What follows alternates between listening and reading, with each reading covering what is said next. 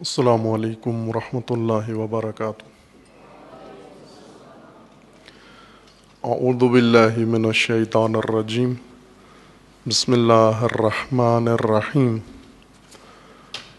الحمد للہ والصلاة والسلام علی رسول اللہ وآلہ آل اللہ، واللعنۃ الدائمۃ علی اعدائہم اعداء اللہ من یوم عداوتہم الی یوم لقاء اللہ۔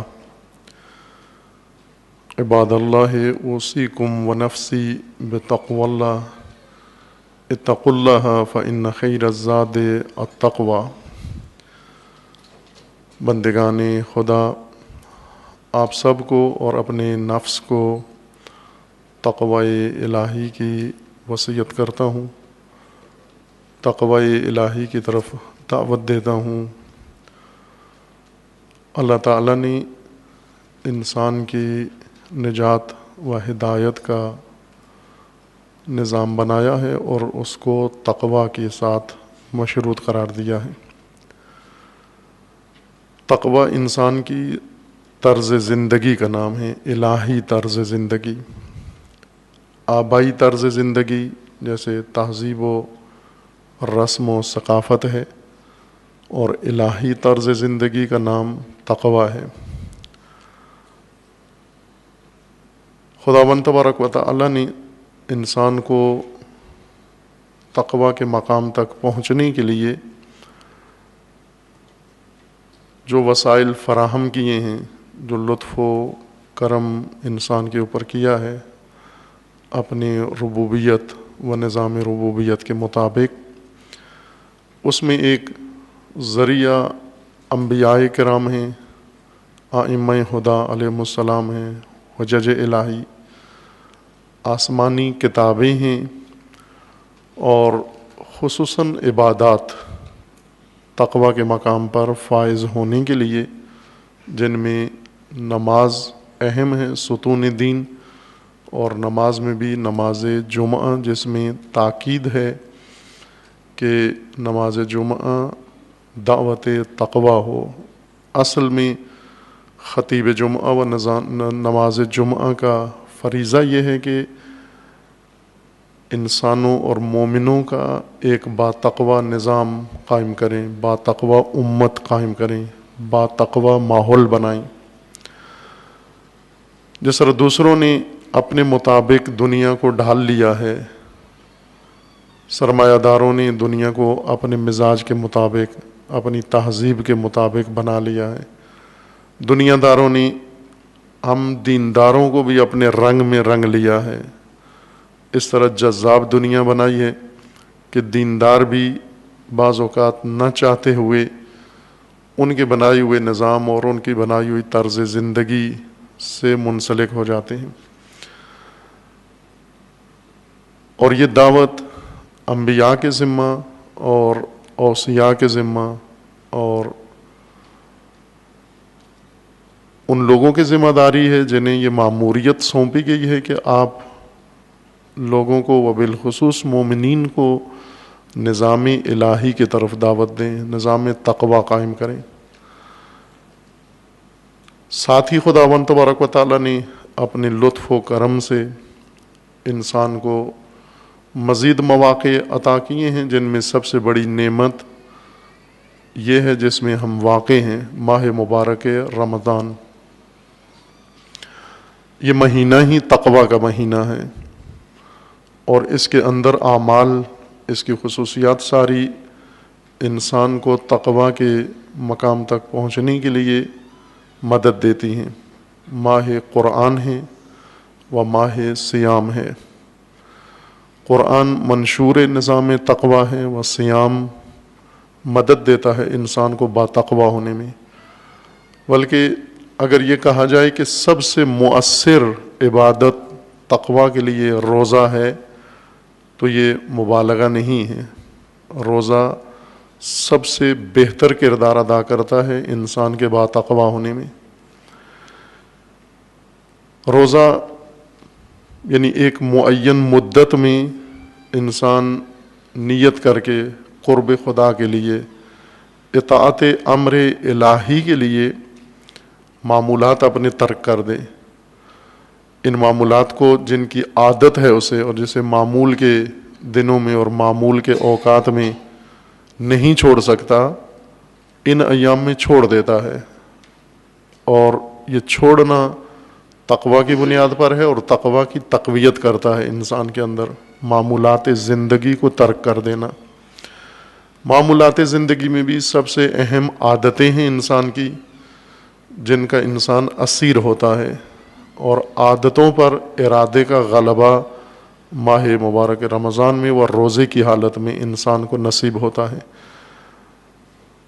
ماہ مبارک رمضان، اس کو اگر ہم عام اپنے روزمرہ محاورے کی زبان میں تشبیہ کے ساتھ سمجھنا چاہیں، یہ مہینہ کتنا اہم ہے، اسے آپ یوں سمجھ سکتے ہیں کہ تمام دنیا میں ہر ملک کے پاس مسلح افواج ہوتی ہیں دفاع کے لیے، حفاظت کے لیے، سوائے پاکستان کے، کہ یہاں دفاع اور حفاظت کے علاوہ بھی افواج کی ہر شعبے میں ضرورت پڑتی ہے۔ یہاں انہیں آئین توڑنے میں بھی ان کی مدد ضرورت پڑ جاتی ہے، اور مارشل لا لگانے کے لیے ضرورت پڑ جاتی ہے، سیاست کرنے کے لیے بھی، لیکن پوری دنیا میں حفاظت کے لیے، ملک و قوم و ملت و آئین کی حفاظت کے لیے افواج ضروری شعبہ ہیں۔ ہر نظام کا، جیسا بھی نظام ہو، مسلح افواج، دفاعی نظام، یہ ضروری ہے۔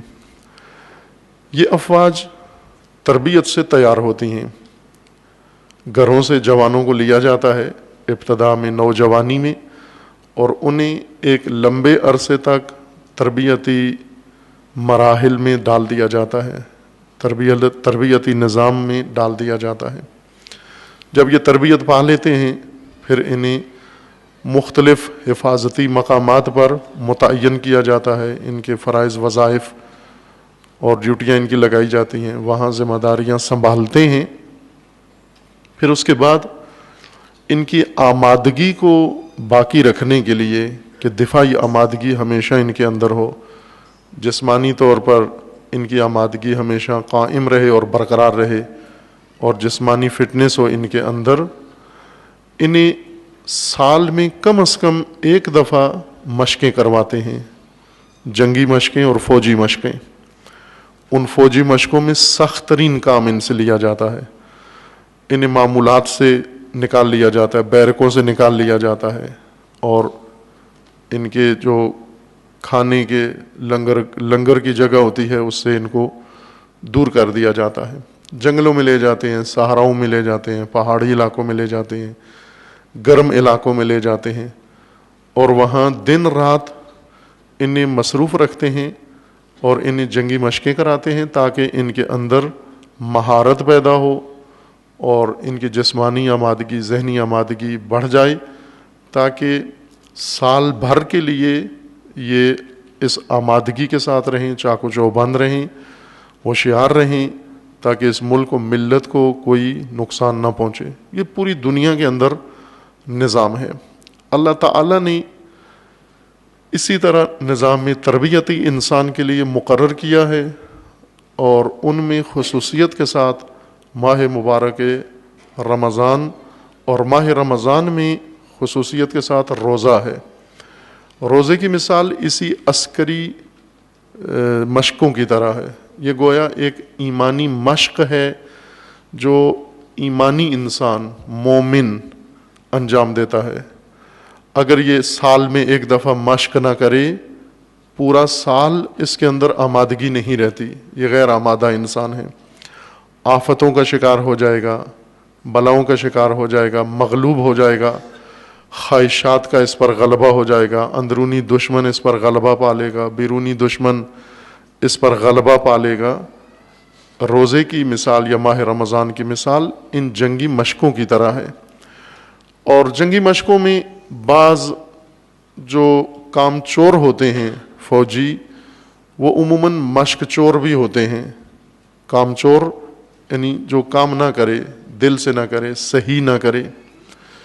اسی طرح بعض لوگ ہیں کہ خداوند تبارک و تعالیٰ کی طرف سے انہیں آمادگی کے لیے، تقوی کی آمادگی کے لیے، ایمانی آمادگی کے لیے یہ مہینہ اور اس مہینے کی فرصت اور اس کی برکتیں اور اس کی مہلتیں اس کو دی گئی ہیں. لیکن بعض کام چور ہوتے ہیں، فریضہ چور ہوتے ہیں، کوشش کرتے ہیں کہ حتی المقدور ان مشقوں میں شریک نہ ہوں، جبکہ فرض شناس آدمی کوشش کرتا ہے کہ ہر صورت میں ان مشقوں میں شریک ہو، حتماً جائے ان مشقوں کے اندر تاکہ اس کے اندر آمادگی ہو جائے. اور ایک اور بھی عسکری اور فوجی نظام کا ایک حصہ یہ ہوتا ہے کہ جو ان مشقوں میں اچھی کارکردگی دکھائے اس کو ترقی دیتے ہیں، اس کا رینک بڑھ جاتا ہے، اس کا درجہ بڑھ جاتا ہے. لنگر میں اور ڈائننگ ہال میں جس کی کارکردگی اچھی ہو اس کو رینک نہیں دیتے، فوج میں سٹار اس کو نہیں دیتے جو روٹیاں زیادہ کھاتا ہو، جو سوتا زیادہ ہو، جو کپیں زیادہ مارتا ہو، اس کو نہیں دیتے. ان جنگی مشقوں میں جنگی مشقیں کراتے ہیں، پھر آخر میں جائزہ لیتے ہیں کہ ان مشقوں میں سب سے اچھی کارکردگی کس نے دکھائی ہے، اس کا درجہ بڑھا دیتے ہیں، اس کا رینک بڑھا دیتے ہیں، اسے سپاہی کے درجے سے افسری کے درجے تک پہنچا دیتے ہیں، اور وہ بن جاتا ہے دوسروں کا سینئر، دوسروں کا گائیڈ، دوسروں کا رہنما. اسی طرح اللہ تعالیٰ نے انسان کو ترقی دینے کے لیے یہ مشقیں رکھی ہیں. ان مشقوں میں جو اچھی کارکردگی دکھاتا ہے، جو دل سے مشق کرتا ہے اور سب سے بہترین کارکردگی دکھاتا ہے، اس کو درجہ دیا جاتا ہے، اس کو رینک دیا جاتا ہے، اور وہ اس رینک کی بنیاد پر پھر رمضان کے بعد ایک جشن مناتا ہے جس کا نام عید ہے، چونکہ ترقی پا گیا ہے. عموماً جب کسی سپاہی کو ترقی ملتی ہے تو خوشی ہوتی ہے اس کو، اور ایسے ہی ہونا چاہیے. کام چور کو کس کی خوشی ہوتی ہے؟ مشقیں ختم ہونے کی، کہ چلو جان چھوٹی، کہ پھنسا ہوا تھا، جنگلوں میں لے گئے تھے، کھانا پورا نہیں ملتا تھا، نیند پوری نہیں ہوتی تھی، اور معمولات سے ہمیں دور کر دیا، عادتیں ہماری چھوڑوا دیں. اسے خوشی ہوتی ہے کہ اچھا ہوا یہ مشقیں ختم ہوئیں اور ہم واپس آئے، کھانے کے لنگر میں آئے اور دوبارہ کھانا شروع کریں گے.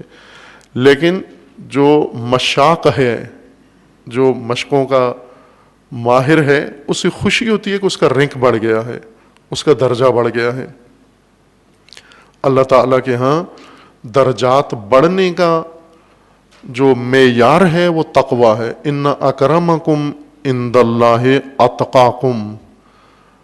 ہم اپنے تئیں خود ساختہ من گھڑت جو بھی معیار بنا لیں، اس میں کوئی فرق نہیں پڑتا. مثلا ایک گھر کے اندر خود ساختہ طور پر ایک فوج بنا لی جائے، چھوٹے بچے، ایک بچہ جرنیل بن جائے، دوسرا کرنیل بن جائے، تیسرا صوبیدار بن جائے، چوتھا حوالدار بن جائے. یہ گھر کے اندر خود ساختہ فوج ہے. لیکن یہ وہ فوج ہے جب گھر سے باہر آتی ہے تو کوئی اس کو پوچھتا بھی نہیں ہے، اور یہ آ کر اپنے آپ کو جرنیل کرنیل متعارف کروائیں. لوگ ہنستے ہیں ان کے اوپر کہ بچے ہیں اور انہوں نے خود ساختہ معیاروں سے اپنے لیے عہدے بنا دیے ہیں. خود ساختہ طور پر انسان جب اپنے لیے معیار بنا لیتا ہے کہ یہ ایک آفت ہے لوگوں کے لیے، خود ساختہ معیار.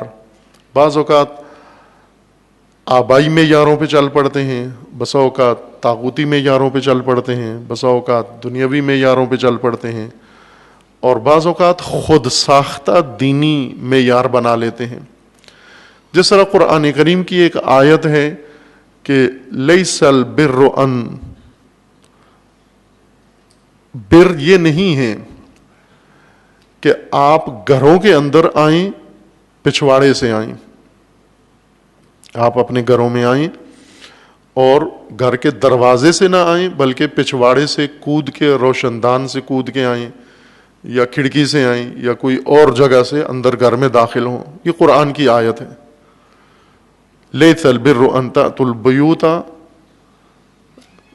کہ اپنے گھروں کے اندر آئیں، ظہور سے، ظہر سے، پشت سے، پچھواڑے سے آئیں. آپ جاہلیت کے زمانے میں کچھ لوگ اس طرح کے تھے کہ وہ اپنے گھروں میں دروازوں سے نہیں آتے تھے، اپنے گھروں میں، بلکہ پچھواڑے سے آتے تھے. کوئی روشن دان کھڑکی ہوتا ہے پچھواڑے میں، وہاں سے اندر داخل ہوتے تھے. کیوں؟ چونکہ عہد کرتے تھے کہ اگر میں یہ کام کرنے میں کامیاب ہو گیا، یہ چیز مجھے مل گئی، جب تک نہیں ملتی، جب تک میں یہ کام نہیں کر دیتا، میں اپنے گھر میں دروازے سے داخل نہیں ہوں گا.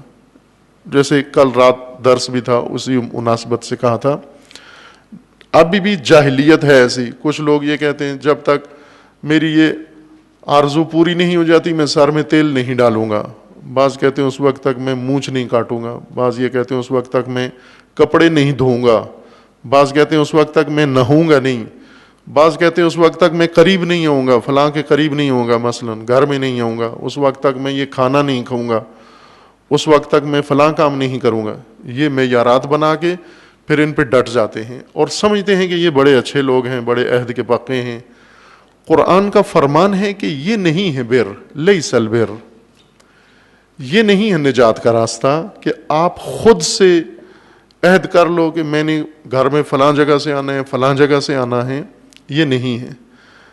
بر کیا چیز ہے؟ بر تقوی ہے. اللہ کا بتایا ہوا معیار وہ بر ہے. ان اکرمکم عند اللہ اتقاکم، تم میں بہترین، با کرامت، با شرف، با عزت کون ہے؟ جو با تقوی تر ہے دوسروں سے.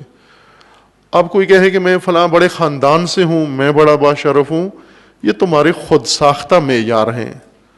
یہ اللہ کے ہاں نہیں مانا جاتا. اللہ کے ہاں کسی بڑے وڈیرے کا بیٹا چلا جائے اس کی کوئی حیثیت نہیں ہے. کسی بڑے خاندان کا چلا جائے کوئی اہمیت نہیں ہے. کوئی بڑا مالدار پہنچ جائے کوئی اہمیت نہیں ہے. کوئی بڑا سیاستدان پہنچ جائے کوئی اہمیت نہیں ہے. لیکن اگر ایک فقیر چلا جائے، ایک معمولی خاندان سے انسان چلا جائے، عورت ہو یا مرد ہو، اور با تقوی، اس کی بڑی اہمیت ہے خداوند تبارک و تعالیٰ کے ہاں. ان اکرمکم عند اللہ اتقاکم، تقوی، فقط تقوی معیار ہے خداوند تبارک و تعالیٰ کے ہاں. باقی خود ساختہ معیار ہیں جن کی کوئی اہمیت نہیں ہے. یہ ہم نے خود سے بنا لیے ہیں اپنے دل کو خوش کرنے کے لیے. جب تقوی اتنی اہمیت کی چیز ہے، بس انسان کو حاصل کرنے میں اپنی پوری عمر بھی اگر صرف کرنا پڑے تو عمر ضائع نہیں کی اگر تقوی کے حصول میں انسان اپنی عمر گزار دے. تقوی کے حصول کے خدا نے طریقے بتائے ہیں اور ان میں سب سے مؤثر عمل روزہ ہے.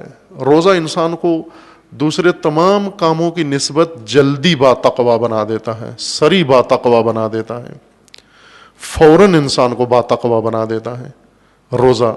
چونکہ روزے میں انسان اپنی بہت ساری عادتیں چھوڑ دیتا ہے، معمولات چھوڑ دیتا ہے، اور یہ چھوڑنے کے لیے قوت چاہیے، طاقت چاہیے. بعض اوقات کچھ کرنے کے لیے طاقت کی ضرورت ہے، بعض اوقات کچھ چھوڑنے کے لیے طاقت کی ضرورت ہے. اگر ایک بڑا پتھر موجود ہو اسے اٹھانے کے لیے طاقت کی ضرورت ہے. لیکن بعض اوقات انسان مثلا بھوکا ہے اور اس کے سامنے لذیذ کھانا پڑا ہوا ہے، پتھر اٹھانے کے لیے اتنی طاقت کی ضرورت نہیں جتنی اس کھانے کو چھوڑنے کے لیے طاقت کی ضرورت ہے.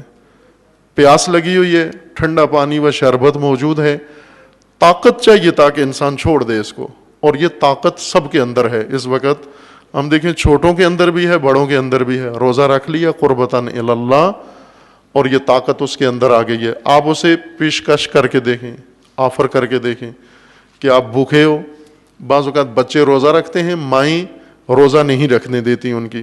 بے تقوی ماں با تقوی بچے کو روکتی ہے کہ آپ روزہ نہ رکھو، آپ چھوٹے ہو، آپ کمزور ہو جاؤ گے، آپ فلاں ہو جاؤ گے، یہ کھا لو. کوئی چیز ساگ پکا کے دال پکا کے دے دیتی ہے، یہ کھا لو. وہ بھی کھا لیتا ہے. بعض اوقات بے تقوی ماں کے وسوسے میں آ جاتا ہے. یہ بے تقوی ہمدردی ہے. با تقوی ماں یہ نہیں کرتی. با تقوی ماں خوب اس بچے کو اچھی سحری کرواتی ہے، پھر اس کو ہمت بندھاتی ہے، اس کی ہمت افزائی کرتی ہے، حوصلہ افزائی کرتی ہے کہ وقت تھوڑا ہے، آپ کوشش کرو. بچے کے اندر قوت پیدا کرتی ہے، طاقت پیدا کرتی ہے، تاکہ اس کے بچے کے اندر یہ قوت آ جائے کہ جب بھی یہ بچنا چاہے کسی چیز سے، اپنی اس قوت کی مدد سے بچ سکتا ہے. طاقت چاہیے انسان کو اپنی آنکھ بند کرنے کے لیے، سب سے بڑی طاقت چاہیے. اگر جوان آدمی ہو، اس کے سامنے نامحرم آ جائے اور یہ اسے آنکھ بند کرے کہ میں نہیں دیکھتا ہوں اس کو، اس کے لیے سب سے بڑی طاقت چاہیے.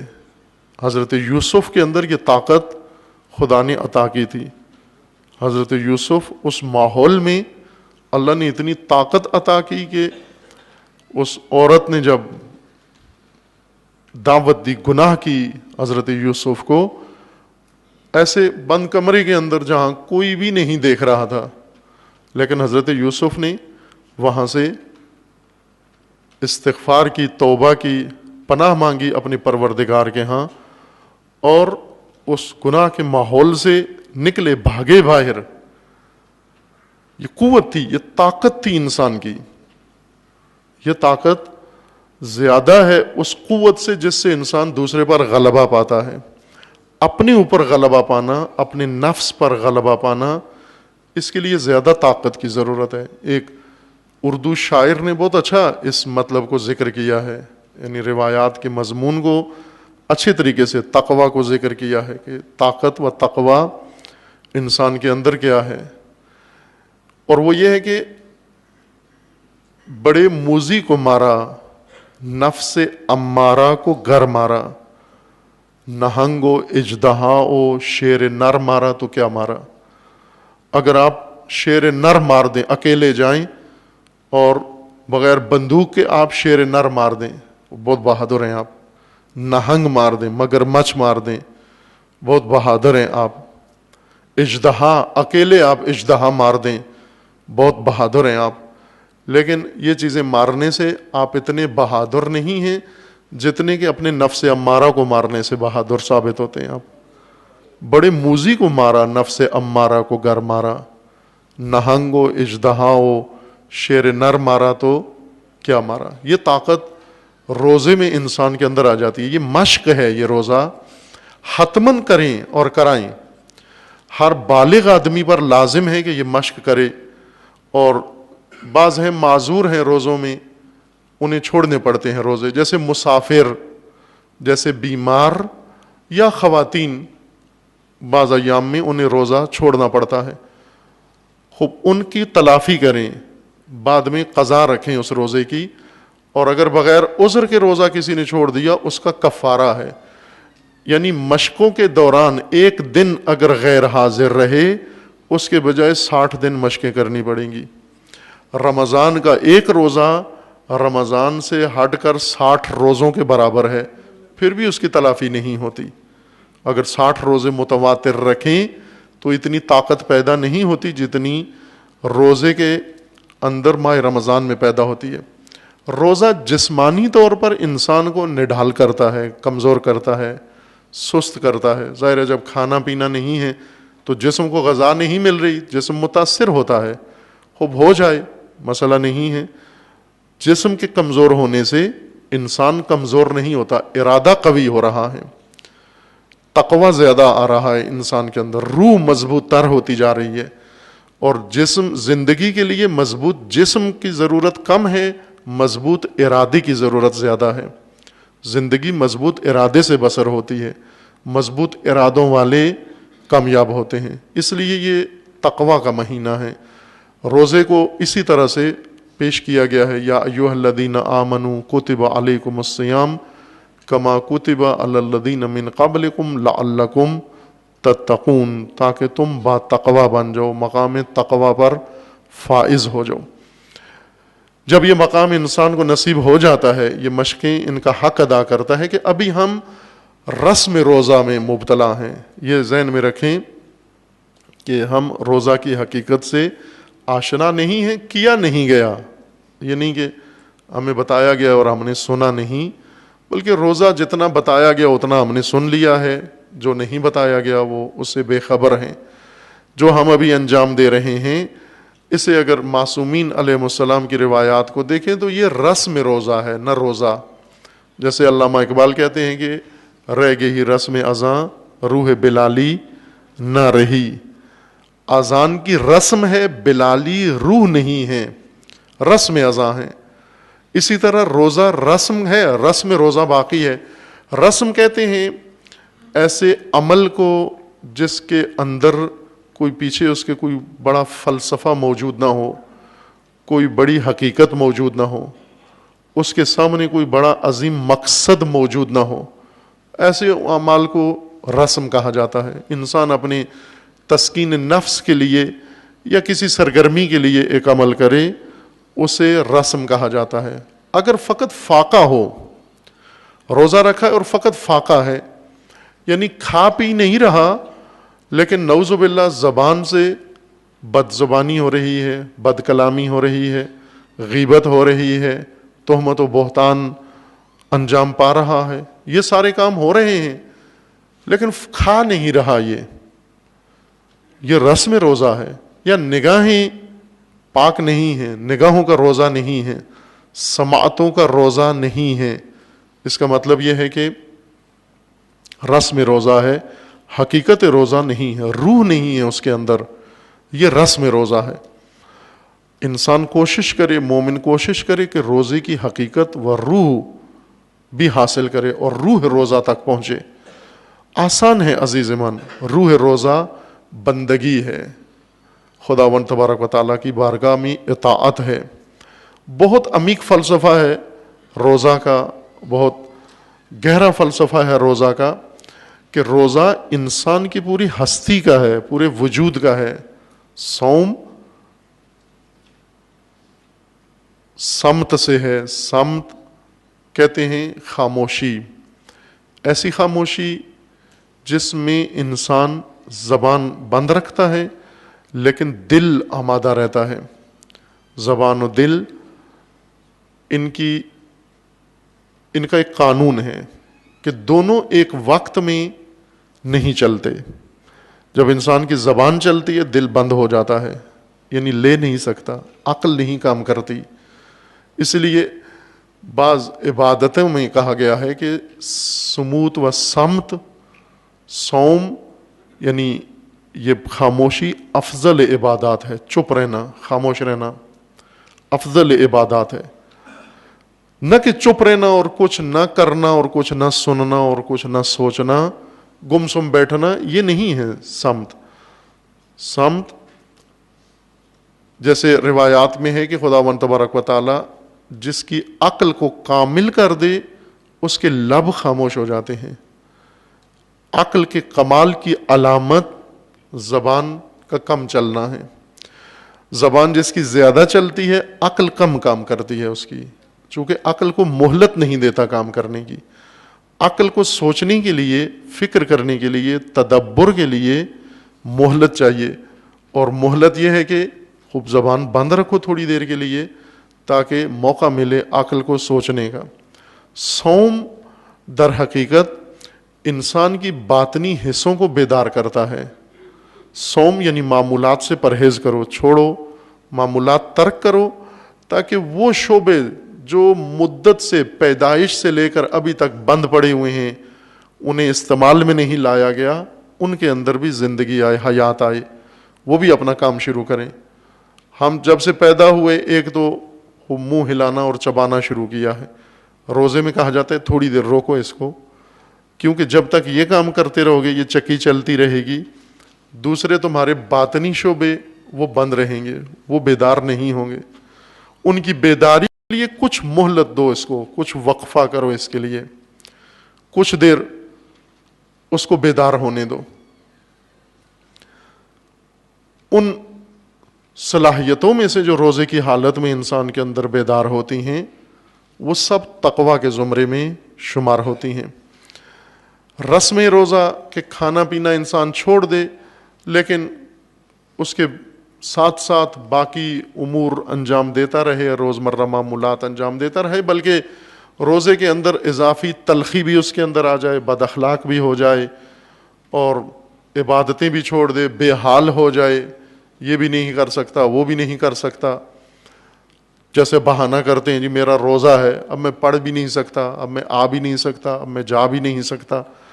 نہ، روزے کی حالت میں آپ نے معمولات جو منع کیے گئے ہیں وہ چھوڑنے ہیں، لیکن معنویات کو زیادہ اپنے اندر زندہ کرنا ہے، چونکہ یہ شعبہ بند کیا گیا ہے کہ وہ شعبہ بیدار ہو، باطن کا شعبہ زندہ ہو، باطن اور روح کو موقع ملے فعالیت کا، کچھ عمل کرنے کا۔ اس لیے یہ بہترین فرصت ہے ماہ مبارک رمضان، اور اس کے اندر خصوصیت کے ساتھ روزہ و صوم، جس کی فضیلت ہے، جیسے اشارہ کیا آغاز میں فضیلت روزہ کے بارے میں، کہ ماہ رمضان کے اندر آپ کا تنفس، سانس لینا تسبیح ہے اور ذکر خدا ہے، سانس لینا ذکر خدا ہے۔ روزہ کی حالت میں آپ کا سو جانا عبادت ہے، روزہ کی حالت میں آپ کی نگاہیں عبادت ہیں، روزہ کی حالت میں آپ کے معمولات جو عام دنوں میں معمولات ہیں، روزہ کی حالت میں یہ سب اطاعت شمار ہوتے ہیں، یہ سب بندگی ہیں۔ کیوں کہ یہ جس نفس سے اور جس روح سے یہ عمل سرزد ہو رہا ہے، وہ روزہ کی حالت میں سراپا اطاعت خدا میں ہے، بندگی خداوند تبارک و تعالی میں ہے۔ خداوند تبارک و تعالی نے متقین کے لیے تمام مقامات مخصوص کیے ہیں، جیسے ابھی اشارہ کیا کہ روزہ ایک عسکری جنگی مشقوں کی طرح ہے، ایک مہینہ مشق کرو اور سال بھر مومن رہو، با تقوی رہو، اس کے مشقوں کے آثار پھر معمول کی زندگی میں ان سے استفادہ کرو آپ۔ اس لیے کہ سب کچھ تقوی کے ساتھ مشروط ہے، وہ تقوی روزہ سے حاصل ہوتا ہے۔ سورہ مبارکہ مائدہ کی آیت 46 میں اللہ تعالیٰ نے ذکر فرمایا ہے کہ کئی چیزیں ایسی ہیں جن سے بے تقوی انسان محروم ہیں، صرف با تقوی لوگ ان سے استفادہ کر سکتے ہیں۔ جیسے قرآن کریم کے بارے میں ہے کہ ذالک الکتاب لا ریب فیہ ھدی للمتقین، قرآن سے بے تقوی لوگ محروم ہیں، کوئی استفادہ نہیں کر سکتے، ہدایت نہیں پا سکتے، چونکہ قرآن سے ہدایت صرف با تقوی لوگوں کو نصیب ہوتی ہے، متقین کے لیے ہدایت ہے۔ آیت 46 سورہ مائدہ میں اللہ تعالیٰ کا فرمان ہے وَقَفَّيْنَا عَلَىٰ آثَارِهِمْ بِعِیسَىٰ ابْنِ مَرْیَمَ مُصَدِّقًا لِمَا بَیْنَ یَدَیْهِ مِنَ التَّوْرَاۃِ وَآتَیْنَاهُ الْإِنْجِیلَ فِیہِ ھُدًى وَنُورٌ وَمُصَدِّقًا لِمَا بَیْنَ یَدَیْهِ مِنَ التَّوْرَاۃِ وَھُدًى وَمَوْعِظَةً لِلْمُتَّقِینَ۔ جس طرح قرآن متقین کے لیے بیان ہے، وہ موعظہ ہے، وہ نصیحت ہے، اسی طرح اللہ تعالیٰ کا فرمانا ہے کہ ہم نے انبیاء متواتر بھیجے اور ان انبیاء کے بعد ہم نے عیسیٰ ابن مریم کو مبعوث کیا۔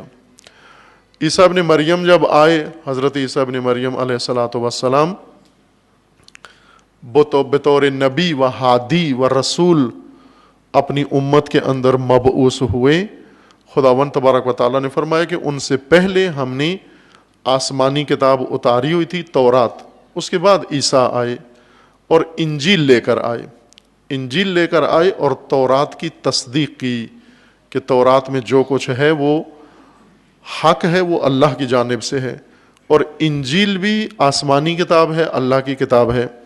یہ آ کر عیسیٰ نے اپنی قوم کو پیش کیا، اہل تورات کو۔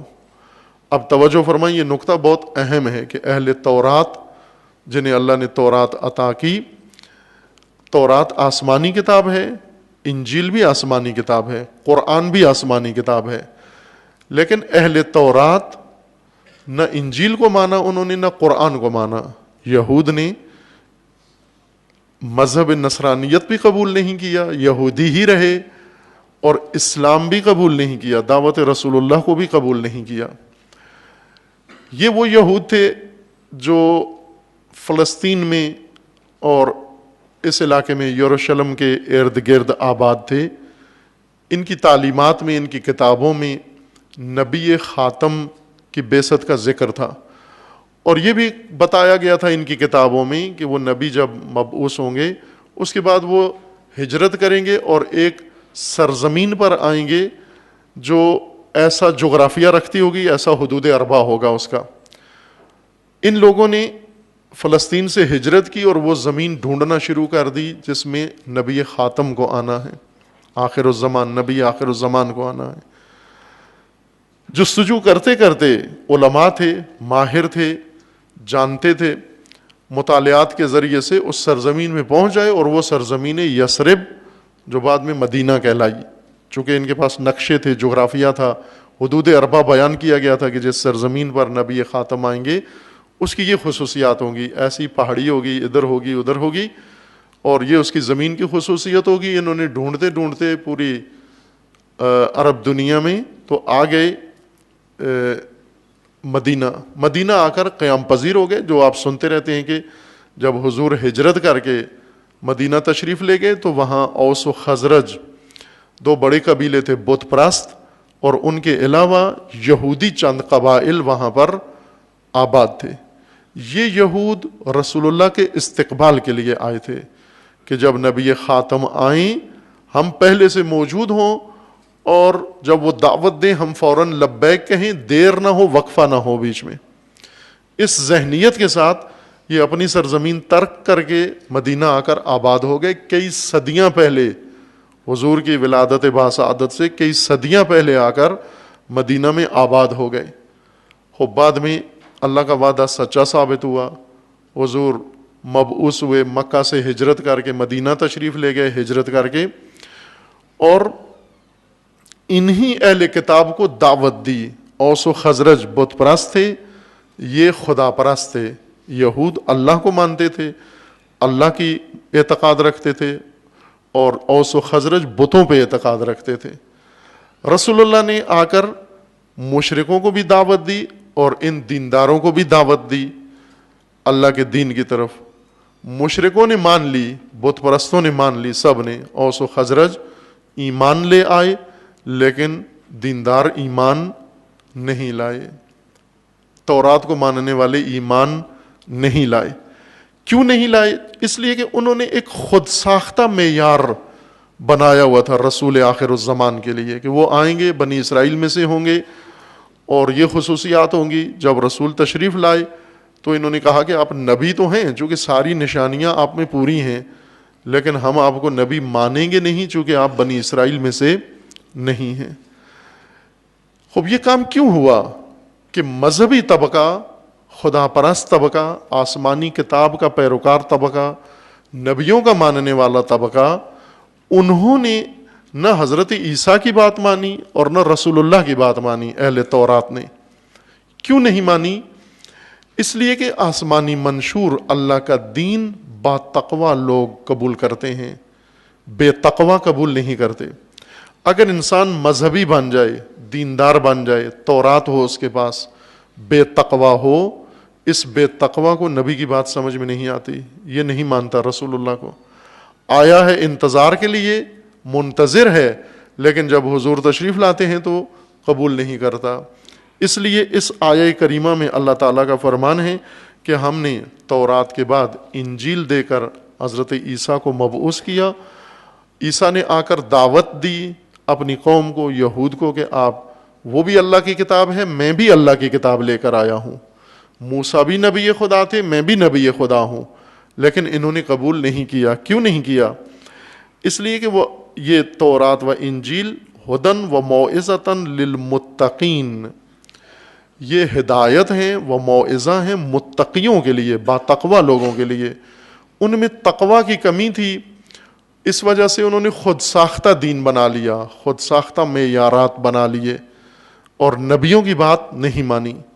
قرآن کریم نے یہ آیت عیسیٰ کی نبوت اور تورات و انجیل کا موعظہ ہونا قرآن میں ذکر کیا ہے اہل قرآن کو بتانے کے لیے کہ تورات ہو، تورات کے زمانے کے لوگ اگر با تقوی ہوئے تو قبول کریں گے تورات کو، اگر انجیل کے پیروکار با تقوی ہوئے انجیل ان کے لیے موعظہ ہے، اور اگر قرآن کے پیروکار با تقوی ہوں گے تو قرآن ان کے لیے موعظہ ہے، وہ نصیحت ہے، وہ پند ہے۔ اس لیے قرآن ان کے لیے ہدایت ہو سکتا ہے۔ اگر با تقوی نہ ہوئے، قرآن کے ہوتے ہوئے یہ خسارے میں ہوں گے، گمراہ ہوں گے، ضلالت میں ہوں گے اور بے تقوی ہونے کی وجہ سے ہلاک ہو جائیں گے۔ آیہ کریمہ دیگر جو متقیوں کے بارے میں قرآن کریم نے بیان کیا، سورہ مبارکہ اعراف کی آیا 128 ہے۔ اس میں بھی حضرت موسیٰ علیہ السلام کا ذکر ہے. آیا 128 میں ہے قال موسیٰ لقومہ استعینوا باللہ واصبروا. چونکہ آج کل اسی ماہ مبارک میں توفیق الہی سے جامعہ عروۃ الوثقی میں لاہور میں روزانہ درس ہوتا ہے شام کو. اس کا عنوان ہے سنن الہی. پہلے چند سال قبل بھی اس موضوع پر ایک گفتگو ہوئی تھی, وہ ناقص رہ گئی تھی, اس کی تکمیل اس ماہ مبارک میں انجام پا رہی ہے بعنوان سنن الہی. سنن الہی سے مراد وہ قوانین ہیں جو اللہ تعالیٰ نے انسان کی حیات کے لیے و ہدایت کے لیے مقرر کیے ہیں. وہ دو طرح کے قوانین ہیں. کچھ ایسے قوانین ہیں جن پر چل کر انسان نجات پاتا ہے, کچھ ایسے قوانین ہیں جن پر چل کر انسان ہلاک ہو جاتا ہے. یہ دونوں راستے نبیوں نے آ کر بیان کیے اور تمام قوموں کے لیے ایک ہی راستہ ہے. یوں نہیں ہے کہ اہل تورات کے لیے سنت الہی قانون خدا کچھ اور تھا اور اہل انجیل کے لیے اللہ کا قانون کچھ اور ہے اور اہل قرآن کے لیے قانون الگ ہے. اللہ تعالیٰ کے قوانین ایک جیسے ہیں, یکساں ہیں, ان میں کوئی فرق نہیں ہے, تفاوت نہیں ہے, وہ قوانین ایک جیسے ہیں. یہ اس لیے عرض کیا ہے کہ یہ آیہ کریمہ سورہ مبارکہ اعراف کی آیا 128 میں حضرت موسیٰ علیہ السلام کی زبان سے اللہ تعالیٰ نے یہ کلام یہاں ذکر فرمایا ہے. قال موسیٰ لقومہ استعینوا باللہ. حضرت موسیٰ نے اپنی قوم سے کہا کہ مدد مانگو خدا سے, استعانت اللہ سے مانگو, خدا سے مدد لو تم. وَاصْبِرُوا اور صبر کرو. صبر سے مراد یعنی استقامت دکھاؤ, قیام کرو, قائم رہو اپنی راہ پر. مصیبتیں, سختیاں, دشواریاں, آفتیں تمہیں ہٹائیں نہیں اپنے راستے سے, قائم رہو. صبر قرآن میں اس کا معنی قائم رہنا ہے. ہمارے ہاں صبر کا مطلب یہ لیا جاتا ہے کچھ نہ کرنا, آپ کے ساتھ جو مرضی ہے کریں, آپ کچھ نہ کریں. یہ صبر نہیں ہے, یہ کوئی اور نام اس کا رکھنا چاہیے. بعض جگہ اس کا نام رکھیں بزدلی, بعض جگہ اس کا نام رکھیں سستی, بعض جگہ اس کا نام رکھیں غفلت. یہ منفی حالت ہے. صبر کا مطلب یہ ہے کہ کوئی چیز آپ کو اپنی راہ سے, اللہ کی راہ سے نہ ہٹائے, قائم رہیں. وَاصْبِرُوا ان الارض للہ یورثها من یشاء من عبادہ. کیوں حضرت موسیٰ نے کہا کہ خدا سے مدد مانگو اور صبر دکھاؤ, قائم رہو اس راہ پر, راستہ ترک نہیں کرنا؟ کیونکہ اللہ کا وعدہ ہے کہ خدا نے اپنے بندوں کو زمین کا وارث بنانا ہے. ان الارض للہ, زمین اللہ کی ہے اور اللہ کا وعدہ ہے کہ اس زمین کا وارث میں نے اپنے بندوں کو بنانا ہے. ان بندوں کی تشریح قرآن کی دوسری آیات میں ہے.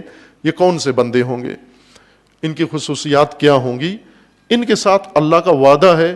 اور حضرت موسیٰ انہیں کہہ رہے ہیں کہ تم اپنا راستہ جاری رکھو, قائم رہو, اللہ سے مدد مانگو کہ وعدہ خدا یہ ہے کہ بندے, اللہ کے بندے زمین کے وارث بنیں گے. والعاقبۃ للمتقین, اور عاقبت متقین کے لیے ہے, باتقوی لوگوں کے لیے ہے. عاقبت عقب سے ہے, عقب پشت کو کہتے ہیں, پیچھے کو عقب کہتے ہیں.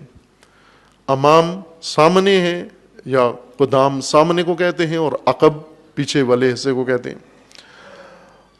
عقاب, قرآن نے عذاب کو عقاب بھی کہا ہے, اسی وجہ سے کہا ہے کہ عمل کے بعد میں آئے گا, پیچھے سے عذاب آئے گا, عمل کے بعد عقب سے آئے گا, اس وجہ سے اسے عقاب کہتے ہیں. اور عاقبت انسان کا آخری انجام, اختتام. اختتام کس کا ہوگا, اختتام میں کامیابی کس کی ہے, اختتام میں نصرت کس کی ہوگی, اختتام میں اس نجات کے چوٹی پر کون پہنچے گا؟ قرآن کا فرمانا ہے متقی. عاقبت متقیوں کے لیے ہے. عاقبت سے پہلے مثلا جیسے مثال دیتا ہوں میں کھیل کی یا کسی اور ایسے پہلوانی کی, کشتی کی, کہ بعض اوقات آپ دیکھیں کہ ایک پہلوان کشتی کے آغاز میں زیادہ پھرتیلا لگتا ہے, زیادہ دو پیش لگانے کی کوشش کرتا ہے, لیکن لوگ منتظر رہتے ہیں کہ ابھی آغاز میں زیادہ پھرتیاں دکھانے والا دیکھیں آخر تک کیا کرتا ہے، آخری راؤنڈ میں کیا بنتا ہے، آخری نتیجہ کس کے حق میں نکلتا ہے؟ وہ آخری نتیجہ کس کے حق میں نکلتا ہے؟ جو اپنی توانائیاں ضائع نہیں کرتا، قائم رہتا ہے اور بر وقت اقدام کرتا ہے۔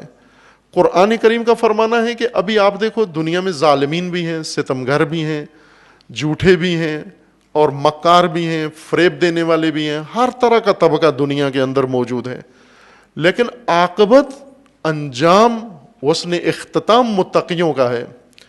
دنیا کی بات ہو رہی ہے، یہ نہیں کہا جا رہا کہ قیامت کے بعد یا قیامت میں جنت میں متقی جائیں گے، وہ طے شدہ بات ہے کہ الجنت اعدت للمومنین، جنت خدا نے آمادہ کر رکھی ہے متقیوں کے لیے، لیکن دنیا میں انجام اختتام کس کا اچھا ہوگا، دنیا میں سرخرو کون ہے، دنیا میں سرفراز کون ہوگا، اس کے لیے فرمان ہے با تقوی انسان، والعاقبۃ للمتقین۔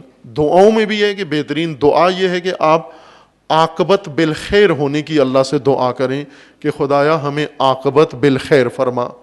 بعض اوقات انسان آغاز اچھا کرتا ہے لیکن اختتام اچھا نہیں کرتا، خصوصاً جب کوئی لمبی دوڑ ہو، کوئی دشوار مقابلہ ہو تو اس میں انسان آغاز بہت اچھا کرتا ہے، جذباتی احساساتی لوگ شروع میں چند قدم بہت اچھے اٹھاتے ہیں لیکن آخر تک نہیں پہنچتے، عاقبت ان کی بد ہوتی ہے، عاقبت میں ناکام ہیں۔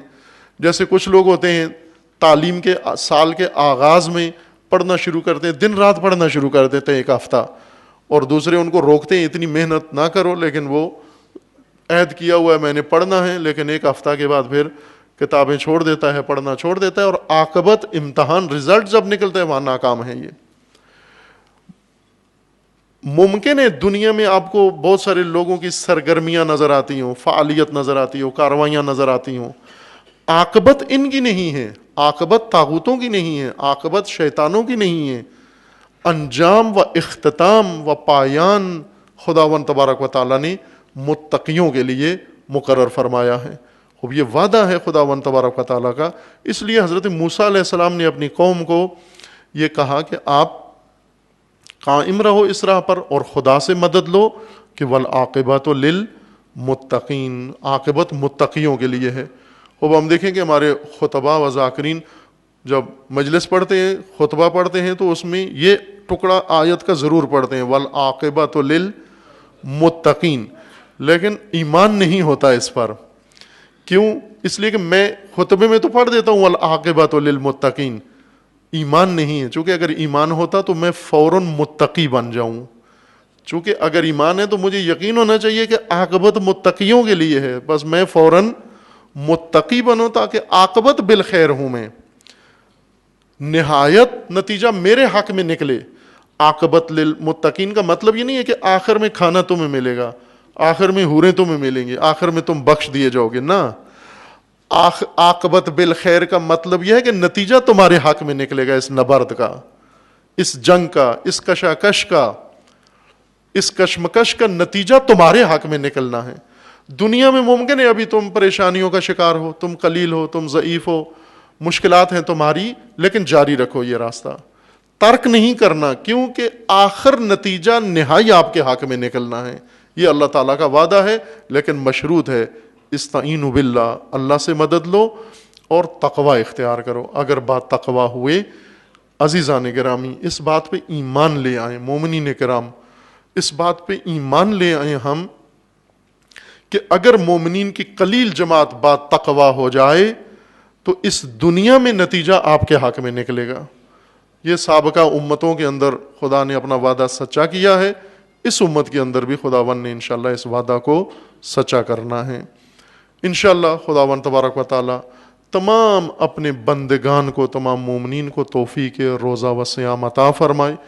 اس ماہ قرآن و بندگی میں خداوند تبارک و تعالی ہم سب کو قرآن کے ساتھ محشور فرمائے۔ خداوند تبارک و تعالیٰ کی بارگاہ میں دعا ہے پروردگار انشاءاللہ ہم سب کو با تقوی ہونے کی توفیق عطا فرمائے انشاءاللہ۔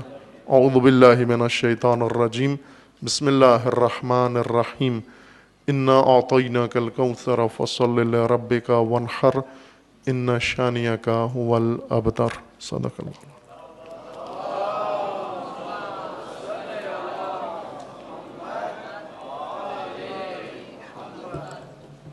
اعوذ باللہ من الشیطان الرجیم بسم اللہ الرحمن الرحیم الحمد للہ والصلاة والسلام علی رسول اللہ وآلہ آل اللہ لا سیما علی امیر المؤمنین علی ابن ابی طالب علیہ الصلاۃ والسلام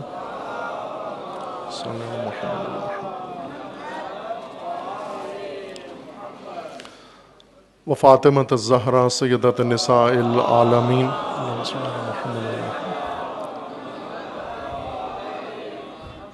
والحسن والحسین سیدی شباب اہل الجنہ وصبطی الرحمہ وعلی ابن الحسین علیہ الصلاۃ والسلام ومحمد ابن علی علیہ الصلاۃ والسلام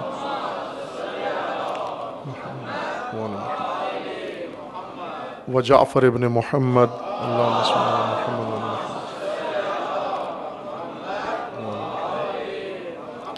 وموسیٰ ابن جعفر علیہ الصلاۃ والسلام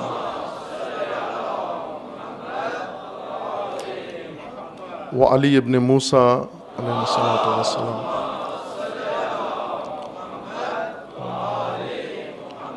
ومحمد ابن علی علیہ الصلاۃ والسلام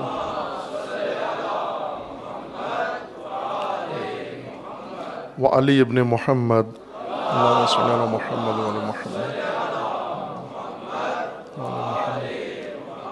والحسن ابن علی علیہ الصلاۃ والسلام محمد وعلی محمد والحجۃ ابن الحسن القائم المہدی علیہ الصلاۃ والسلام حجج اللہ علی عبادہ و امناؤہ فی بلادہ واللعن علی اعدائہم اجمعین من الآن الی قیام یوم الدین عباد اللہ اوصیکم ونفسی بتقوی اللہ اتقوا اللہ فإن خیر الزاد التقوی بندگان خدا آپ سب کو اور اپنے نفس کو تقوی الہی کی وصیت کرتا ہوں، تقوی الہی کی دعوت دیتا ہوں۔ تقوی اختیار کریں کہ نجات کا ذریعہ تقوی ہے، عاقبت متقین کے لیے ہے و ہدایت متقین کے لیے ہے۔ اور یہ ماہ تقوی ہے، ماہ رمضان فرصت ہے، موقع ہے با تقوی ہونے کے لیے۔ روزہ تقوی تک پہنچنے کے لیے سب سے مؤثر عمل ہے۔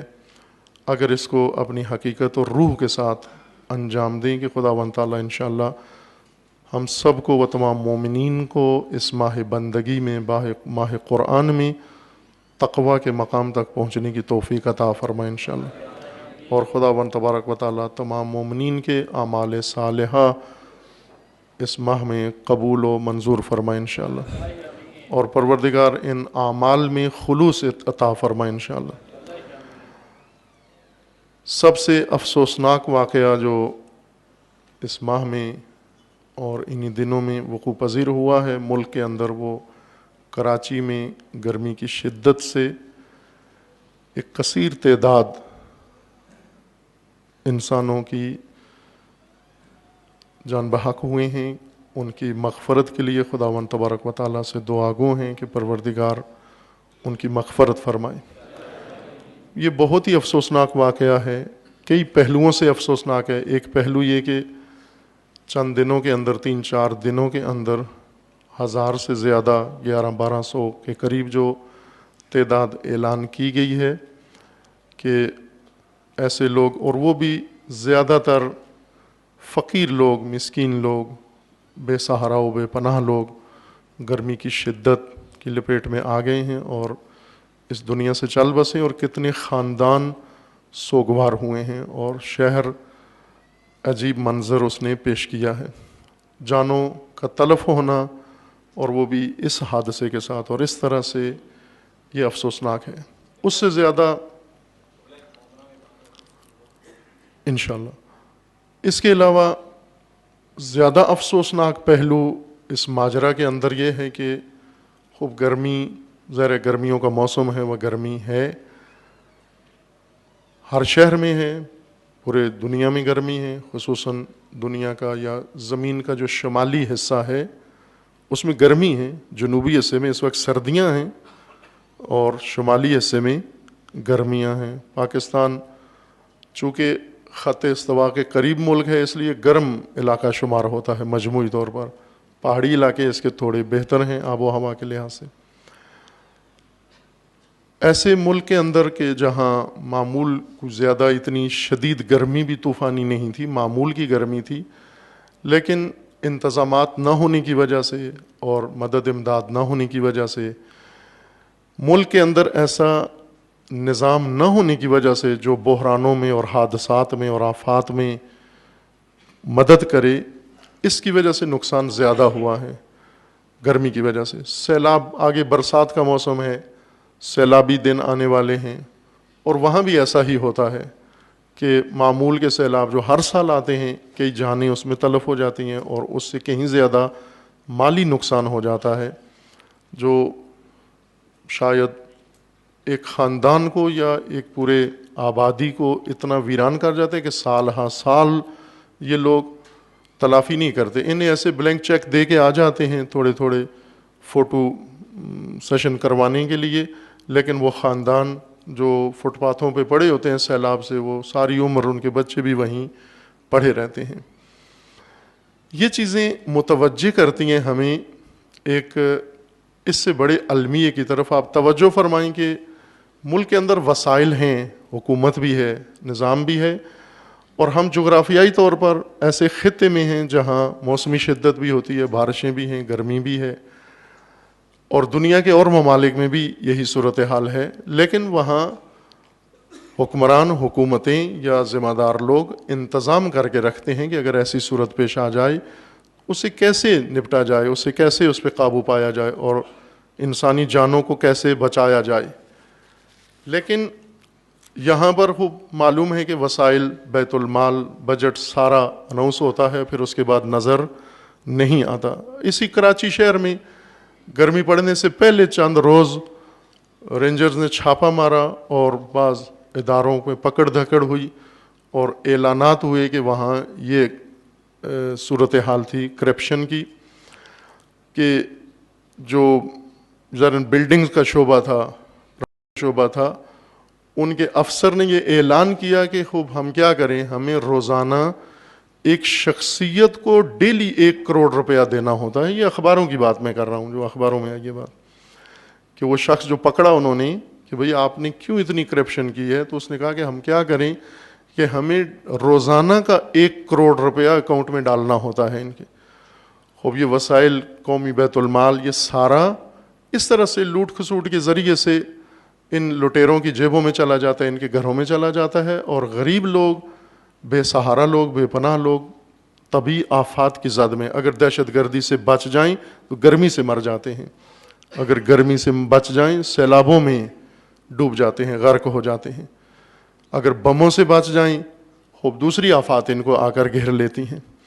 لیکن جو اصل ماجرا ہے تلخ اس سے بھی زیادہ، وہ یہ ہے کہ یہ لٹیرے، یہ کرپٹ لوگ، یہ جو سب وسائل کھا جاتے ہیں، یہ آتے کس کے ذریعے سے ہیں؟ یہی 1200 مرحومین، خدا سب کی مغفرت فرمائے اور ان کے سوگوار خاندانوں کو اللہ تعالیٰ صبر دے، اور خدا تمام انسانوں کو اور تمام مومنین کو ان آفات سے بچائے انشاءاللہ. لیکن توجہ فرمائیں کہ انہی میں سے کتنے ایسے ہوں گے جنہوں نے ووٹ ڈالے تھے. یہی 1200 اموات یہ ووٹر تھے سارے، انہی کے ووٹوں سے یہ بنے ہیں، انہی کی رائے سے، الیکشن سے یہ لوگ بنے ہیں، اور ان کو پتہ بھی ہے کہ یہ ہم ان کو ووٹ دیں گے، یہ ہمارے ووٹوں سے بنیں گے، اور ووٹ لے کر یہ ہمارا رزق ہمارے پیٹ سے نکال کے کھا جائیں گے، یہ ہمارا خون نچوڑ لیں گے. یہ اگر اس گرمی کے اندر کم از کم پنکھا چل رہا ہوتا تو آدھے بچ جاتے شاید. اگر پنکھا چل رہا ہوتا. 20 گھنٹے بجلی نہیں ہے، پانی نہیں ہے، اور گرمی کی شدت ہے. کیوں نہیں ہے؟ مشکل کیا ہے؟ ایک آپ میں بھی، مومنین میں بہت سارے لوگ ابھی بھی موجود ہوں گے یہاں پر جو ان محکموں سے تعلق رکھتے ہیں اور ہم سے بہتر جانتے ہیں. چند روز قبل لاہور میں ایک علاقے سے گزر ہوا تو انہوں نے ساتھ ہی ہمارے ایک الیکٹرک انجینئر ساتھ بیٹھے ہوئے تھے، تو انہوں نے بتایا کہ یہ پاور پلانٹ ہے اور بجلی پیدا کرتا ہے اور اتنی پاور کی بجلی یہ پیدا کر کے دے رہا ہے، اور یہ آخری بند ہونے والا پلانٹ ہے جو اسی مہینے بند ہو جائے گا۔ انہوں نے کہا کہ ہمارا اس کے ساتھ کمپنی کا تعلق ہے، ہم ان کو سروسز دیتے ہیں اور یہ بالکل آخری اس مہینے بند ہونے والا ہے۔ کیوں بند ہونے والا ہے؟ کہا اس لیے کہ یہ جب سے لگا ہے اس نے بجلی بنا کر ان کو دی ہے اور انہوں نے کوئی پیسہ اس کو نہیں دیا، نہ تیل کے لیے، نہ اس کے خرچے کے لیے، نہ تنخواہوں کے لیے، اور کھربوں روپیہ اس طرح سے یہ دیوالیہ ہو گیا ہے اور یہ بجلی پلانٹ بند ہونے والا ہے۔ ملک کے اندر پانی کے ذریعے بجلی پیدا ہو سکتی ہے، کوئلہ پاکستان کے اندر بجلی پیدا کرنے کے لیے موجود ہے، پرائیویٹ بجلی پیدا کرنے والے ادارے پاکستان کے اندر رینٹل پاورز یہ موجود ہیں، لیکن بجلی نہیں ہے، اور اس طرح اتنی سادگی سے یہ جانیں چلی گئیں۔ اور حکومتی تبصرہ کیا آیا کہ گرمیوں سے مر جانے والوں کی ذمہ دار حکومت نہیں ہے۔ کون ہے؟ اسرائیل ذمہ دار ہے، حکومت نہیں ہے۔ حکومت کس لیے ہوتی ہے؟ حکومتیں کس کام کے لیے ہوتی ہیں؟ المیہ یہ ہے کہ یہ حکومتیں یہی عوام بناتے ہیں، یہ حکومتیں یہ خود انہی کے ووٹوں سے بنتی ہیں، اور یہ فریب کھا جاتے ہیں، یہ دھوکہ کھا جاتے ہیں۔ انہیں پتہ نہیں چلتا کہ ہماری دنیاوی سعادت کس کے اندر ہے، ہماری دنیا کا رائے حال کس کے اندر ہے۔ عزیزان ایمان، اللہ تعالیٰ نے دین قبر کے لیے اور قبر کے بعد کے لیے نہیں بنایا، دین دنیا کے لیے بنایا ہے۔ قبر میں اس کا نتیجہ جائے گا، کارکردگی یہاں ہوگی ساری۔ دین دنیا کے لیے ہے عزیز من، دین دنیا کی پریکٹس کا نام ہے۔ جو انسان مرتا ہے دین کی کتاب بند ہو جاتی ہے، نہ نماز واجب ہے، نہ روزہ واجب ہے، نہ حج واجب ہے، نہ زکوٰۃ، کچھ بھی واجب نہیں، ختم ہو گیا۔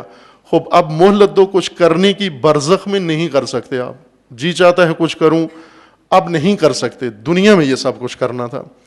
دین دنیا آباد کرنے کے لیے آیا ہے، دنیا آباد کرنے کے لیے، توجہ فرمائیں، دنیا آباد کرنے کے لیے سب سے بنیادی شعبہ حکومت کا ہے کہ اگر حکومتیں درست ہوں لوگوں کی دنیا جنت ہے، اگر حکومتیں درست نہ ہوں لوگوں کی دنیا جہنم ہے۔ حکومتیں دنیا کو جنت بھی بناتی ہیں اور جہنم بھی بناتی ہیں۔ ہم یہ سمجھتے ہیں کہ دنیا میں تو ہمیں جیسے تیسے ہے، یہاں رہنا ہے اور دین سارا ہماری آخرت سنوارے گا۔ پہلے دین دنیا بناتا ہے، دنیا سے شروع کرتا ہے، دنیا کو کھیتی کہتا ہے، دنیا کی آبادی کا حکم دیتا ہے، دنیا میں فرائض مقرر کرتا ہے۔ اگر لوگ باشعور ہو جائیں، در حقیقت ان تمام مسائل، دہشت گردی ہو، طبعی آفات ہوں یا دیگر مسائل ہوں، ان سب کی جڑ در حقیقت عوام کے اور لوگوں کے شعور پہ آ کے پہنچتی ہے کہ لوگ اگر باشعور ہوں، انہیں پتہ ہو کہ ہم اپنے لیے کیسے لوگ چنیں، کیسے افراد کا انتخاب کریں، یا کیسا نظام ہو ہمارا تاکہ نہ ہم انسانی دہشت گردی کا شکار ہوں، نہ ہم طبعی آفات کا شکار ہوں۔ یہ جو روایات کے اندر ہے کہ انسانی اعمال عذاب کا باعث ہوتے ہیں، میں یہ نہیں کہہ رہا ہوں کہ یہ لوگوں کے گناہوں کے نتیجے میں، اب گناہ کنہوں نے کیا، شراب کنہوں نے پی اور مرے کون؟ ظاہر ہے جو مرے ہیں یہ ان کے پاس اتنے پیسے نہیں تھے کہ پانی خرید کے پی سکے، تو شراب کے یقیناً ان کے پاس پیسے نہیں تھے۔ یہ جو اموات ہوئی ہیں، فوت ہوئے ہیں، ان کی حالت سے پتہ چلتا ہے کہ ظاہر ہے یہ روزمرہ کی زندگی میں مشکل میں گرفتار تھے، عیاشی کے لیے ان کے پاس کچھ بھی نہیں تھا۔ شاید ہی کراچی ڈیفنس میں کوئی موت ہوئی ہو، یا کسی بڑے پوش علاقے میں، یا کوئی افسر مرا ہو، یا کوئی بڑا وڈیرا مرا ہو، گرمی کی شدت کی لپیٹ میں وہ نہیں آئے۔ کون لوگ آئے ہیں جن کا گھر تھا تو پنکھا نہیں تھا، یا گھر ہی نہیں تھا، فٹ پاتھ کو گھر بنایا ہوا تھا۔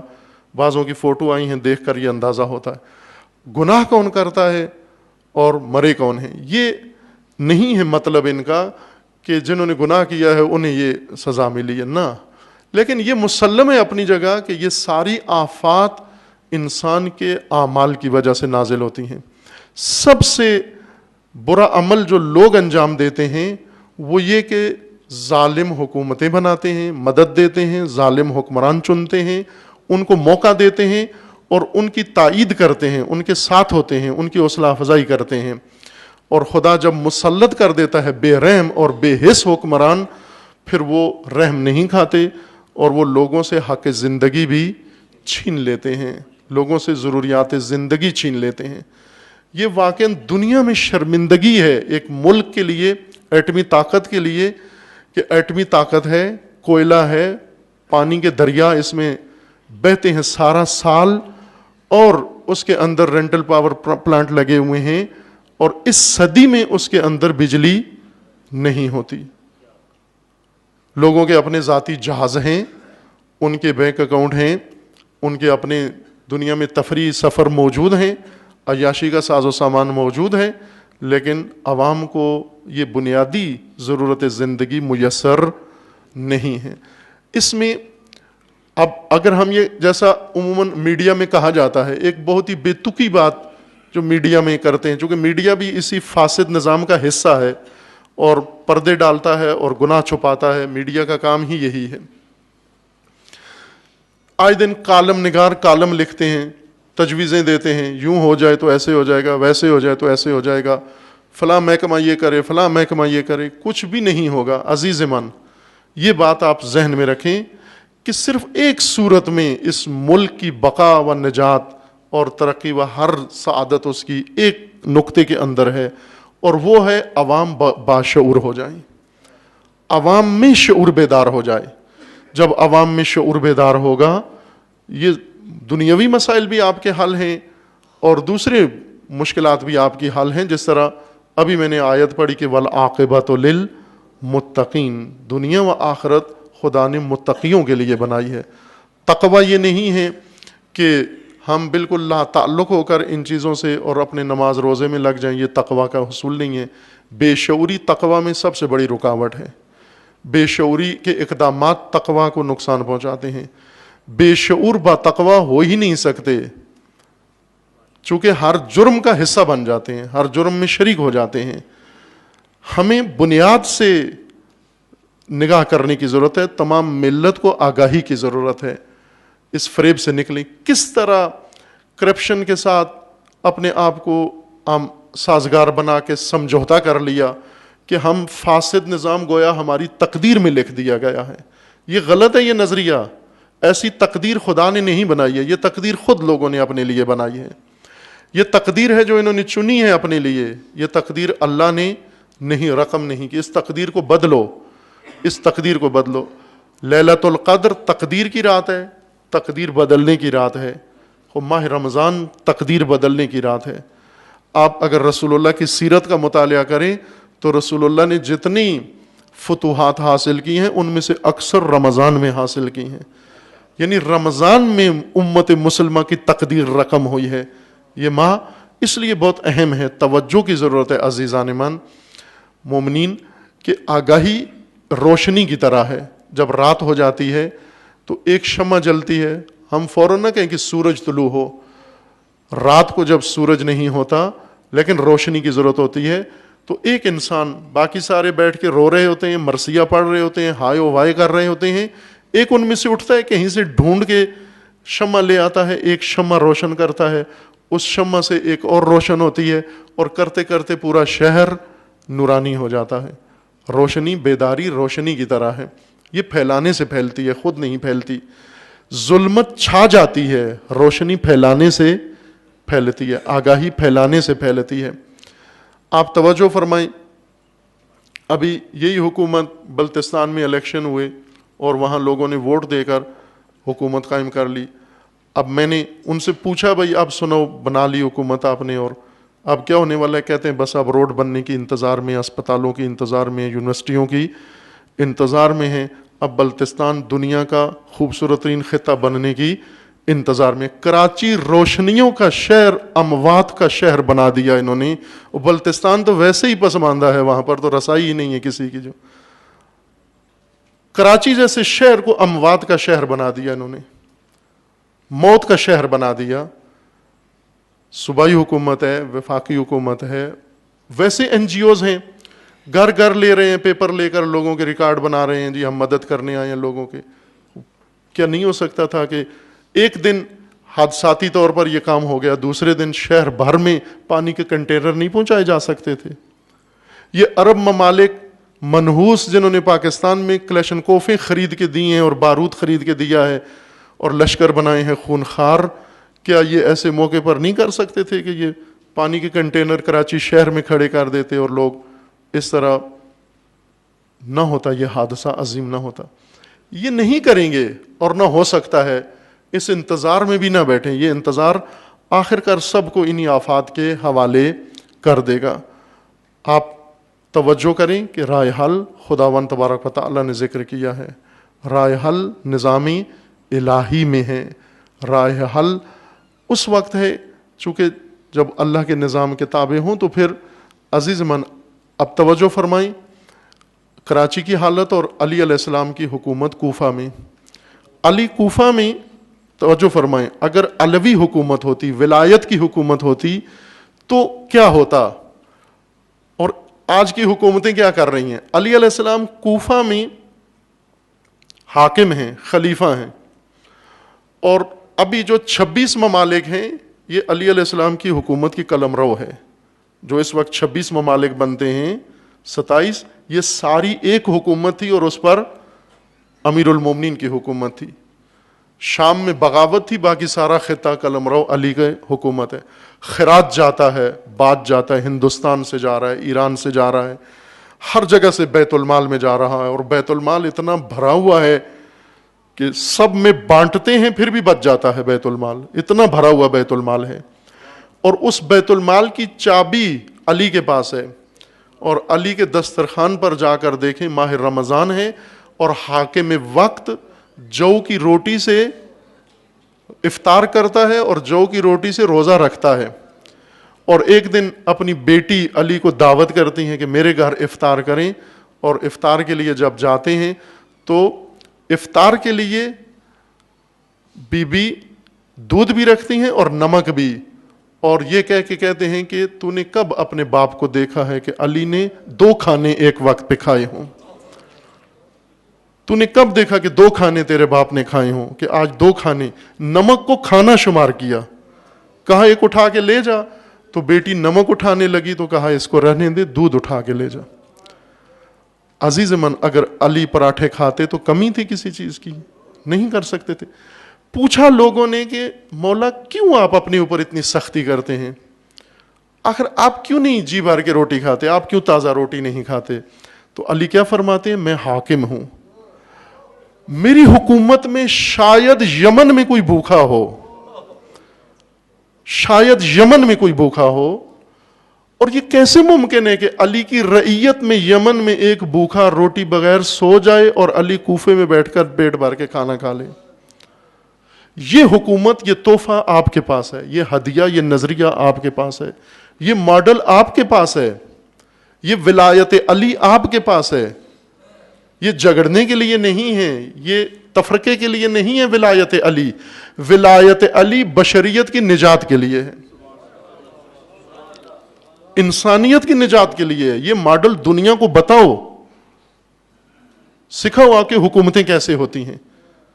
مومنین جو آج ڈرتے ہو علی ولی اللہ کہنے سے، نماز نہیں پڑھتے ہو کیونکہ ادارے میں کوئی دیکھ لے گا مجھے نماز پڑھتے ہوئے، آذان میں علی ولی اللہ نہیں کہتے، چپکے سے آذان کہتے ہو، نہ ڈرو، سناؤ دنیا کو، ملائے عام میں آذان کہو، نماز پڑھو، بتاؤ ان کو ہم علی کے پیروکار ہیں، لیکن نہ تعصبی فرقے کے طور پر، بلکہ علی کے پیروکار کا مطلب یہ ہے کہ علی ایک شخصیت نہیں ہے ہم جس کے پرستار ہیں، علی اللہ کے نظام کا نمائندہ ہے، اور وہ نظام ہمارے پاس امانت ہے۔ ہم بتاتے ہیں آپ کو اس طرح سے آپ نظام چلاؤ تاکہ کوئی بھی نہ گرمی سے مرے نہ سیلاب سے مرے۔ امیر المومنین نے ایک شخص کو دیکھا، ایک عورت کو دیکھا کہ وہ کنویں سے پانی بھر کے لے کے جا رہی ہے، کنویں سے پانی بھر کے خود لے کے جا رہی ہے۔ حضرت نے پوچھا یہ کون ہے؟ بتایا گیا کہ اس کا شوہر جنگ میں شہید ہو گیا ہے، یہ شہید کی بیوہ ہے، شہید کا خاندان ہے۔ تو حضرت نے کہا کوئی اس کا مرد نہیں ہے؟ کا نہیں, کوئی بیٹا جوان بھائی نہیں ہے, یہ خود گھر کے کام کرتی ہے.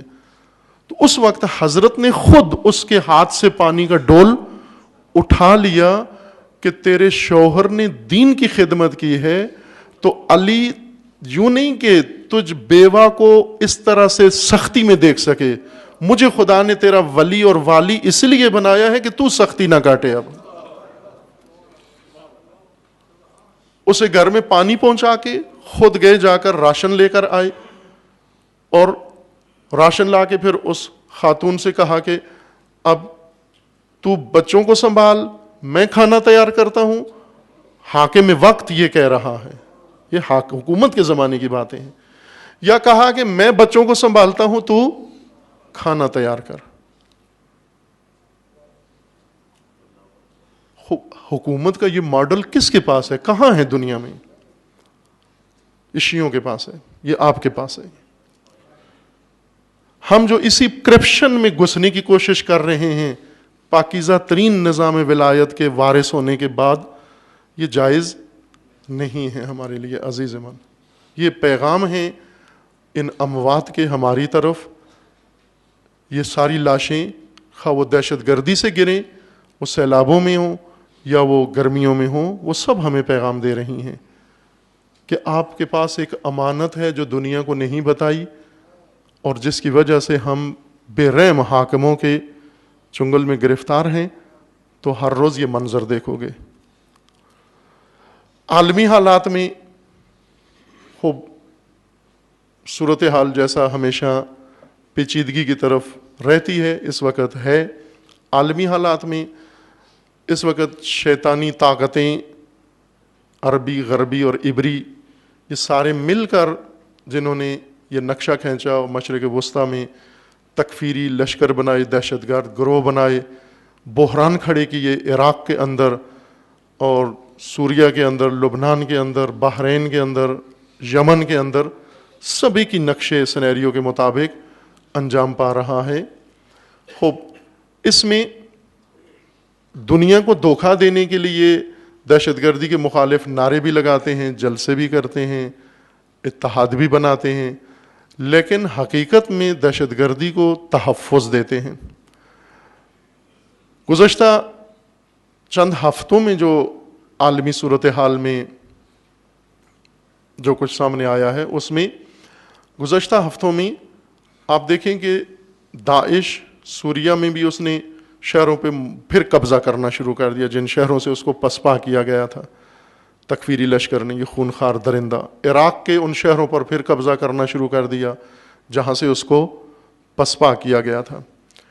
یہ یوں نہیں کہ ان کے اندر کوئی نئی طاقت آ گئی ہے یا دوبارہ منظم ہوئے ہیں, بلکہ انہیں عالمی سطح سے بڑی مدد دی گئی ہے کہ ان کو رکھا جائے, یہ پسپا نہ ہو, یہ ختم نہ ہو.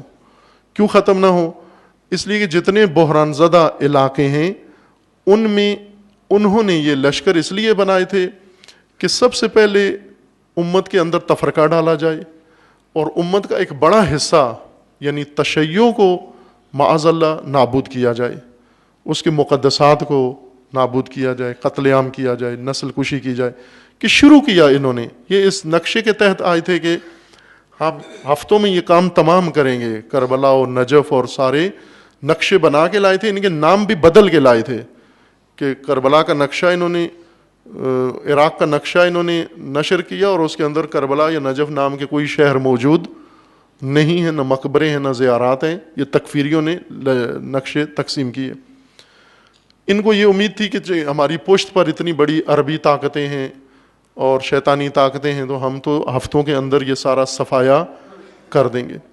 لیکن جس طرح اللہ کا فرمان ہے کہ مکروا ومکر اللہ واللہ خیر الماکرین, یہ شیطانوں کا مکر تھا لیکن اس کے مقابلے میں اللہ کی تدبیر ہے, اور اللہ کی تدبیر غالب آتی ہے ہمیشہ شیطانوں کے اوپر. خوب اگر سپاہ شیطان نکلی ہے تو سپاہ خدا بھی موجود ہے. یوں تو نہیں ہے کہ زمین خالی ہو گئی ہے اللہ کی سپاہ سے. خوب یہ مومنین, عراقی مومنین اور دوسرے خطوں کے مومنین مل کر انہوں نے ملیشیا بنایا, لشکر بنایا, مقابلہ شروع کیا, شہروں سے ان کو پسپا کیا, اور انہوں نے دوبارہ ان کی تقویت کی، ان کو دوبارہ بحال کیا، ان کی مدد کی، ان کو اسلحہ دیا اور ان کو باقاعدہ اپنی مشاورت دی، اطلاعاتی اور انٹیلیجنس مشاورت دی ان کو، تاکہ دوبارہ ان شہروں پر قابض ہو جائیں۔ کیوں؟ اس لیے کہ وہ یہ سوچ رہے تھے کہ اگر یہ تکفیری کمزور ہوئے تو اس کا مطلب یہ ہے کہ ایران غالب آ جائے گا، عراق میں ایران کی حکومت ہو جائے گی، لبنان میں عراق ہو جائے گا، سوریہ میں ایران آ جائے گا، اور یمن میں ایران آ جائے گا۔ تو ایران نہیں آنا چاہیے۔ ایران سے بچانے کے لیے، دور رکھنے کے لیے داعش کو دوبارہ تقویت کر رہے ہیں۔ یمن میں خوب یہ سب نے تسلیم کر لیا، عالمی اداروں نے بھی تسلیم کر لیا، اور کل اٹلی کی پارلیمنٹ میں باقاعدہ اٹلی کی پارلیمنٹ نے اٹلی کے وزیر اعظم کی مذمت کی ہے کہ دن دہاڑے یمن کے اوپر آل سعود نے اتنا کھلا حملہ دہشت گردی کی ہے، تو اٹلی کے وزیر اعظم نے ابھی تک سعودیوں کی مذمت کیوں نہیں کی؟ خوب یہ عالمی سطح پر یہ آواز اٹھی ہے، ابھی وہ مکمل طور پر اپنے تمام مقاصد میں ناکام ہو گئے ہیں۔ تمام مقاصد، سعودی عرب کوئی مقصد اس جنگ میں حاصل نہیں کر سکا، بلکہ اب اس کو الٹا دینے پڑ رہے ہیں کہ اب یمنیوں نے اپنی اسٹریٹجی بدلی ہے، دفاع کے بعد انہوں نے اب ہجوم شروع کیا ہے، تہاجم شروع کیا ہے، اور اب وہ ان کی سرحدوں کی طرف بڑھنا شروع ہو گئے ہیں۔ کئی چھونیاں، سرحدی چھونیاں جنگی ساز و سامان سمیت چھوڑ کے یمنیوں کے حوالے کر کے یہ فوج بھاگ کے آ گئی ہے۔ اب دوبارہ پاکستان سے انہوں نے اپیل کی ہے کہ پاکستان کی شرکت کے بغیر یہ جنگ جیتی نہیں جا سکتی۔ دوبارہ انہوں نے پاکستان کو پھر لالچ دی ہے، جو آپ کے صدر صاحب ممنون صاحب وہاں گئے ہیں اور ممنون ہو کے واپس آئے ہیں اور عہد کر کے آئے ہیں کعبے میں کہ ہم ہر قیمت پر آپ کی مدد کریں گے۔ خوب مدد کر بھی رہے ہیں۔ یہ بھی ایک افسوسناک پہلو ہے کہ بہت سارے سویلین کو یہاں سے بھیجا، قطر بھیجا، سعودی عرب بھیجا، اور بڑی تعداد میں پاکستانیوں کو وہاں بھیجا، کہ جو یہ بھی ایک شرمندگی ہے پاکستان کے لیے۔ کسی بھی عنوان سے اس ظلم و جنایت میں پاکستان شریک نہ ہو۔ حکومت نے بظاہر اچھا فیصلہ کیا تھا، حقیقت میں بھی اس کا پابند ہونا چاہیے۔ عالمی حالات کے تناظر میں ایک اہم ماجرا جو آج کل زیادہ خبروں میں، سرخیوں میں آیا ہوا ہے، وہ ایران اور امریکہ کا معاہدہ ہے۔ پابندیاں ایران پر ہیں شدید، ان پابندیوں کو ختم کرنے کے لیے ایٹمی مسئلے کے اوپر معاہدہ جو 30 جون آخری ڈیٹ انہوں نے دی ہوئی ہے کہ اس کے قریب معاہدہ ہو جائے، اور اس وقت طرفین مصروف ہیں کہ اپنے اپنے موقف پہ قائم رہیں، لیکن صورتحال یہ ہے کہ ایرانی ڈپلومیٹس نے جا کر کچھ ایسی چیزیں مان لی تھیں مذاکرات کے اندر جن کی ان کو اجازت نہیں تھی۔ رہبر معظم نے 2-3 دن پہلے کے اپنے خطبے میں بہت وضاحت کے ساتھ ان پر واضح کیا کہ یہ ہماری ریڈ لائنز ہیں اور اس کو ہم کسی صورت قبول نہیں کر سکتے۔ حکومت کو بھی تنبیہ کی، مذاکرات کرنے والوں کو بھی تنبیہ کی، اور ان طاقتوں کو بھی متوجہ کیا کہ یہ ناممکن ہے، جو کچھ تم چاہ رہے ہو یہ نہیں ہو سکتا۔ لیکن یہ دباؤ ابھی شدت کے ساتھ جاری ہے۔ ایران کے اندر ایک گروہ ہے جو اقتدار کی خواہش میں، لالچ میں بیرونی ان طاقتوں کے ساتھ تعاون کر رہا ہے، یعنی اندر سے سگنل پہنچاتا ہے وہاں کہ آپ پابندیاں زیادہ سخت کرو، اور پابندیاں زیادہ سخت کرنے سے ایران کے اندر عوام پر دباؤ بڑھے گا، اور عوام پھر حکمرانوں کو مجبور کریں گے کہ وہ ہر شرط مان جائیں۔ یہ ایران کے اندر ایک 5th کالم موجود ہے جو یہ حرکت کر رہا ہے اور باہر طاقتوں کو سگنل دے رہا ہے۔ لیکن جس طرح اللہ تعالیٰ نے انقلاب کو تمام دیگر مواقعوں پہ سرخرو کیا ہے اور رہبر کی مدد فرمائی ہے اللہ تعالیٰ نے غیبی، یہاں بھی امید ہے کہ انشاءاللہ خداوند تعالیٰ عزت و سرفرازی عطا فرمائے گا انشاءاللہ۔ ماہ مبارک رمضان ویسے بھی حساسیت ہے، البتہ ملک کے اندر بعض اقدامات کے نتیجے میں ایک وقفہ ہے، لیکن اس وقفے سے مومنین قطعاً غفلت میں، دھوکے میں نہ آئیں۔ کہ دہشت گردی ختم ہو گئی ہے ملک کے اندر یا اب کوئی نہیں ہوگا، بلکہ بعض اوقات وہ وقفہ آتا ہے ایسا کچھ نہ کچھ ماہ مبارک رمضان، خصوصاً ایام عزا جو ماہ مبارک میں آتے ہیں اور ایام احیاء، ان کے اندر زیادہ احتیاط کی ضرورت ہے اور زیادہ حفاظت کی ضرورت ہے کہ بعض جگہوں پر سرگرمیاں مشکوک قسم کی لوگوں کی ہیں اور بعض جگہوں پر باقاعدہ مومنین کو اس قسم کے علامتیں نظر میں آتی ہیں یا تھریٹس نظر آتی ہیں، ان کے طرف سے ہوشیار رہنے کی ضرورت ہے، اہتمام کریں انشاءاللہ، اور اللہ تعالیٰ تمام مومنین کو و تمام مسلمین کو جہاں کہیں بھی ہیں اللہ تعالیٰ ہر قسم کے ظلم و ستم اور شر سے خدا محفوظ فرمائے انشاءاللہ۔ اللہم بحق اسمک العظیم الاعظم الاعز الاجل الاکرم یا اللہ یا اللہ یا اللہ یا اللہ یا اللہ یا اللہ یا اللہ۔ خدا بندہ بحق قرآن، بحق محمد و آل محمد، بحق اولیاء، بحق اسماء حسنہ خود پروردگارہ، اس ماہ سیام میں، ماہ قیام میں، ماہ قرآن میں پروردگارہ تمام مومنین کے اعمال صالحہ کو قبول فرما۔ پروردگارہ اس ماہ تقوی میں ہم سب کو تقوی کے حصول کی توفیق عطا فرما۔ پروردگارہ اس ماہ قرآن میں ہمارے دلوں کو ہدایت قرآن سے منور فرما۔ خدا بندہ ہمیں حقیقی صوم اور روزے کی توفیق عطا فرما، ان اعمال کے اندر اخلاص و خلوص عطا فرما۔ پروردگارہ بحق محمد و آل محمد تمام مسلمین کو، تمام مظلومین جہان کو ظلم و ستم سے نجات عطا فرما، ان ظالمین کو ظلم سمیت نیست و نابود فرما، امت اسلامیہ کو ہر قسم کے فتنے سے رہائی عطا فرما، ان فتنہ گروں کو فتنوں سمیت نیست و نابود فرما، فتنہ تکفیریت کو نیست و نابود فرما۔ جو مومنین مسلمین اس دنیا سے رحلت کر گئے ہیں، خصوصاً جان بختگان کراچی کے پروردگارہ، اور جن کے لیے التماس دعا کی جا رہی ہے، مومنین ان سب کو پروردگارہ مغفرت فرما۔ مریضوں کی شفا کے لیے التماس دعا کی گئی ہے، پروردگارہ جملہ مرضى اسلام سمیت ان سب کو شفاء کاملہ و عاجلہ نصیب فرما۔